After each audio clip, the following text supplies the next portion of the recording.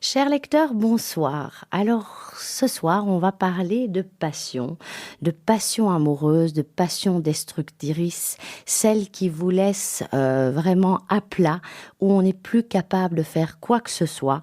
Eh bien, justement, c'est le dernier roman de Agathe Rougat, L'homme que je ne devais pas aimer, publié chez Flammarion, que je vais vous présenter ce soir. Alors, c'est un livre qui m'a d'autant plus attirée, parce que c'est vrai que le titre, au départ, est très attrayant, mais m'a surtout attirée aussi pour l'analyse qui est faite du personnage, l'analyse du personnage qui se retrouve malheureusement victime d'une passion, mais pas d'une bonne passion, et qui va s'engouffrer petit à petit dans un tourbillon, dans une spirale infernale.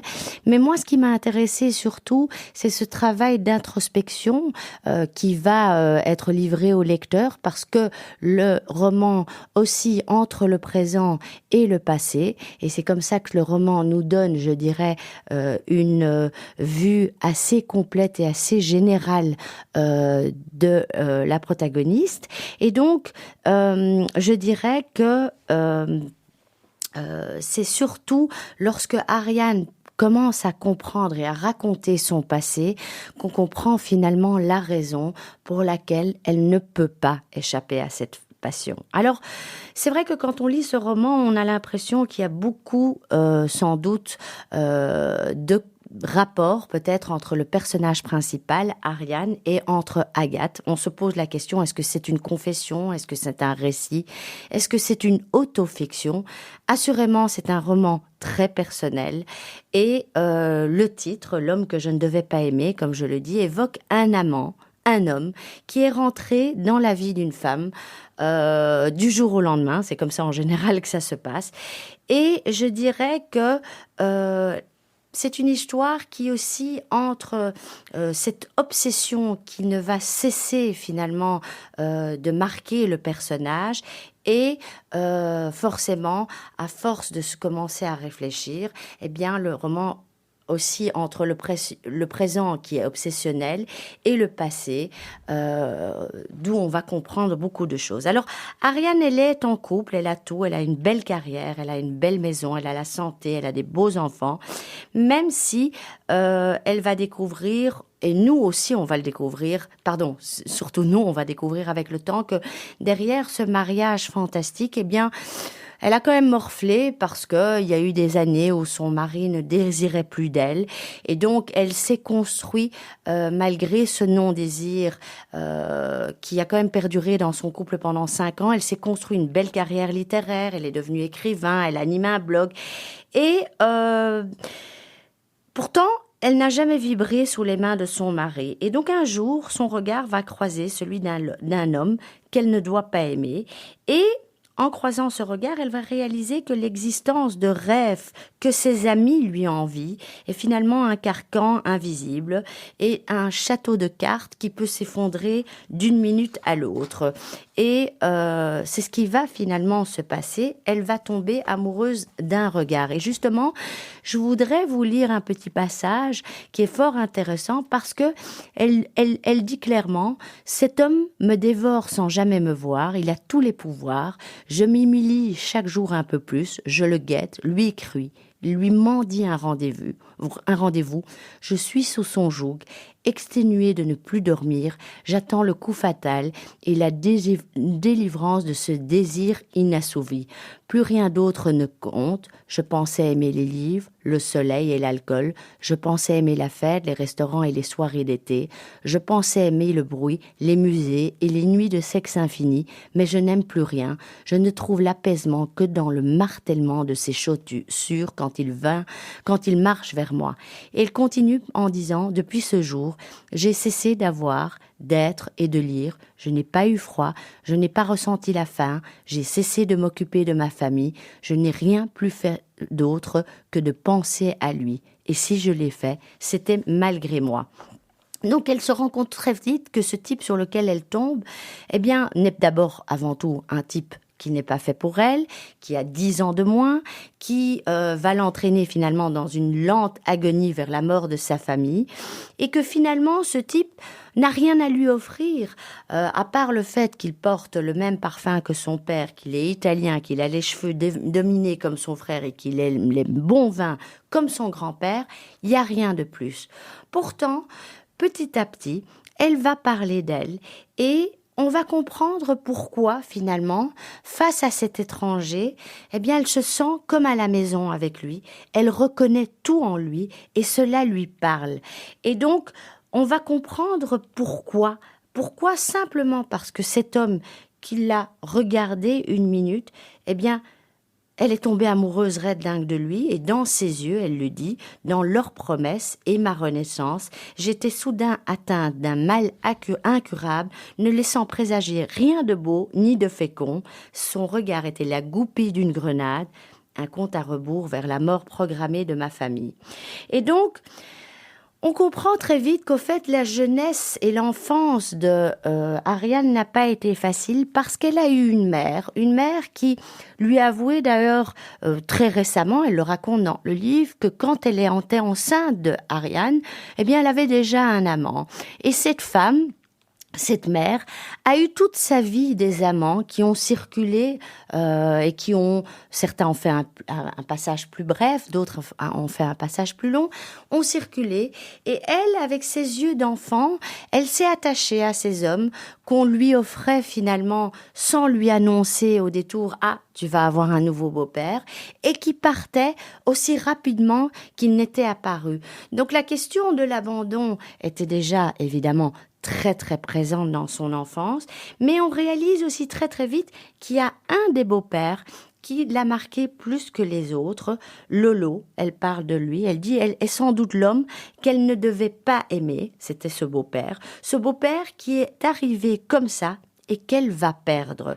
Et d'ailleurs, elle compare le jeune homme qu'elle rencontre, Sandro, à Lolo. Elle dit il fume comme Lolo. Donc déjà, il y a des comparaisons constante, et elle dit « Je le regardais fumer, carte en main, cette façon de recracher une première volute de fumée bleue après avoir tiré sur sa cigarette, c'était la même que celle de Lolo, son beau-père. » Et donc, ce Lolo est tellement ancrée en elle qu'elle superpose même sa sexualité à celle de ses parents. Parce qu'elle raconte d'ailleurs très justement, elle dit la première fois, moi ce que je me souviens de Lolo et de ma mère, c'était toujours, je me souviens de leurs ébats, je me souviens de cette flamme qui brillait dans les yeux de ma mère quand elle parlait de Lolo, Lolo qui s'occupait de nous parce que on était les enfants de sa compagne, mais est-ce que finalement il nous aimait vraiment? Parce qu'il est quand même parti du jour au lendemain, à partir du moment où ma mère lui a hurlé dessus, il est parti, il n'a jamais plus donné de signe de vie totale.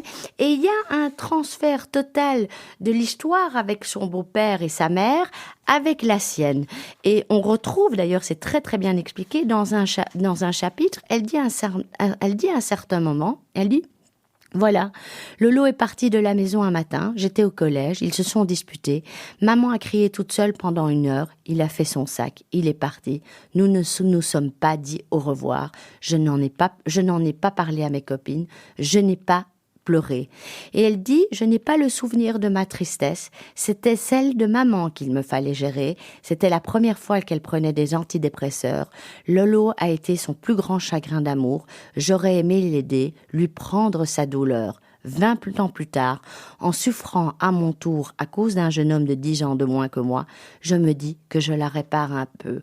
Mon Dieu, quand on lit cette phrase, mais quelque part, on comprend à quel point son histoire, à quel point Ariane ne peut pas échapper à une histoire très semblable finalement que sa mère a eue avec ce Lolo, qui était également un homme beaucoup plus jeune, qui n'avait rien à voir avec son milieu, qui était un homme presque rustre. Et donc, quelque part, elle s'aperçoit, Ariane, que ses choix, aussi irrationnels et déraisonnables soient-ils, sont en quelque sorte guidés par ces figures tutélaires. Et finalement, on n'écrit pas notre vie sur une page vierge, mais plutôt sur un palimpseste gardant la trace de nos expériences passées. Et donc, elle ne pouvait pas, finalement, échapper à cette vie. Et ce qu'on sent aussi dans cette passion, qui est tout à fait destructrice, parce que c'est magnifique le sentiment amoureux, c'est magnifique la passion, même si elle ne peut pas durer à long terme, puisqu'elle doit se construire à un certain moment, elle doit être remplacée par d'autres choses. Elle peut continuer à vivre, mais elle doit vivre avec d'autres choses à ses côtés. On sent que elle attend, Ariane, de l'autre, qu'il la sauve de son quotidien, de la banalité de la vie. Et d'ailleurs, elle dit à un certain moment quelque chose de très spécifique, justement, dans ce livre. Elle dit, et je le reprends, elle dit je voulais qu'il me regarde encore, qu'il me sauve, qu'il me fasse oublier ma vie ou qu'il m'offre la perspective d'une nouvelle. Son regard a été la portée d'entrée de ma fuite. La vie que j'avais construite était trop lourde, trop encombrante. Je ne voulais plus de jardin, plus de fractures, plus de devoirs à vérifier, ni de repas à préparer. Je voulais redevenir étudiante, oublier de dormir et de me nourrir. Je me suis refaite une franche. On sent à quel point cette fille est nostalgique du passé, à quel point aussi son rôle de mère est beaucoup trop lourd et à quel point elle a envie d'être regardée en tant que femme et lâcher finalement le rôle de mère, ne fût-ce que pour un moment. Elle dit d'ailleurs « J'ai vomi ma vie, j'ai vomi cette adoration étrange dont je ne voulais pas et qui me tombait dessus, j'ai vomi celle que j'allais devenir. Je buvais pour partager son monde, lui, il buvait en travaillant, il fumait autant qu'il buvait, je voulais m'enivrer avec lui et oublier mon monde. » Donc, quelque part, elle est épuisée de sa vie de femme, de sa vie de mère plutôt, elle veut rester femme le plus possible, elle le dit encore dans un autre passage, où elle dit je n'y arrivais plus, je voulais une pause dans ma vie de mère, moi aussi je voulais être un enfant, je voulais qu'on s'occupe de moi, qu'on me déshabille et qu'on me rhabille, qu'on oublie mes caprices. Je regardais mes enfants et je leur demandais pardon, je les suppliais de se taire. Pardon, mais c'est trop difficile, je voudrais dormir, vous comprenez, je voudrais rêver et rire, je voudrais retrouver l'insouciance, je voudrais m'en aller. Alors, il y a à la fois, je pense, une fille qui n'a peut-être pas pleinement vécu cette jeunesse dont elle est nostalgique. Il y a bien sûr aussi ce rôle de mère qui est omniprésent et ce besoin de se sentir à nouveau femme, le besoin de s'échapper, ne fût-ce qu'à un moment de cette vie, du quotidien de la vie, j'ai presque envie de dire de la banalité de la vie. Mais il y a aussi, surtout, ce besoin de recalquer son histoire sur celle, finalement, de sa mère. Et c'est en ça, je trouve, que le livre est fort intéressant, parce qu'il ne s'agit pas simplement là d'une passion, parce que les passions ont toujours engendré des livres, ont toujours engendré de la littérature, et on adore lire ça, mais la compréhension de pourquoi elle ne pouvait pas échapper à ça, eh bien, c'est ça surtout qui m'a intéressée dans ce livre et c'est pour ça que je vous le conseille. Alors elle dit, d'ailleurs, à la fin, elle dit quelque chose et c'est là-dessus que j'aimerais terminer. Elle dit à quel point cette passion, elle est difficile à vivre, parce que même s'ils ont une relation ensemble, lui est beaucoup plus détaché, il n'attend pas les mêmes choses qu'elle, et elle se retrouve isolée, elle se retrouve dans une solitude terrible avec cette passion, et elle dit, si je lui avais raconté mon errance dans les rues, de l'aube au crépuscule, mon attente infinie, mon obsession, mon désespoir, mes détours, mes vêtements, mes musiques, mes cigarettes, si je lui avais décrit tout ce temps passé à l'aimer en solitaire, à y croire, à infuser dans l'air un goût d'espoir, à parler aux pigeons et à me tordre dans la nuit, il ne m'aurait pas cru.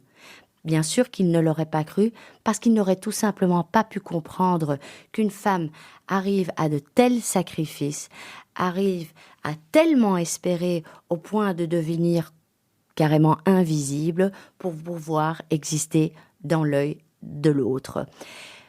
C'est un sujet attirant, lisez-le. Moi, j'ai beaucoup aimé ce livre. En plus, c'est pas très gros et ça se lit facilement. Et puis, je trouve que surtout l'analyse est parfaitement cohérente. Encore une petite citation avant de terminer. Elle dit à un certain moment, pour un peu expliquer cet adultère, même s'il n'y a pas d'explication, elle dit « Demandez à votre mari de vous pardonner un amant, parce qu'il vous rappelle tous les hommes de sa vie, dont lui. Expliquez à votre nouvel amour qu'il ressuscite l'ancien, le répare, et permet de vous souvenir de celle que vous étiez, plus celle de passion et de frisson. Peine perdue, parfois il est plus facile de dialoguer avec les absents. » C'est son cas à elle dans ce livre. Et elle dit « Sandro, cet homme qu'elle aime, c'est eux. Sandro, c'est moi. » Je vous laisse profiter de ce livre et je vous souhaite à tous une bonne semaine et on se retrouve la semaine prochaine. À très bientôt.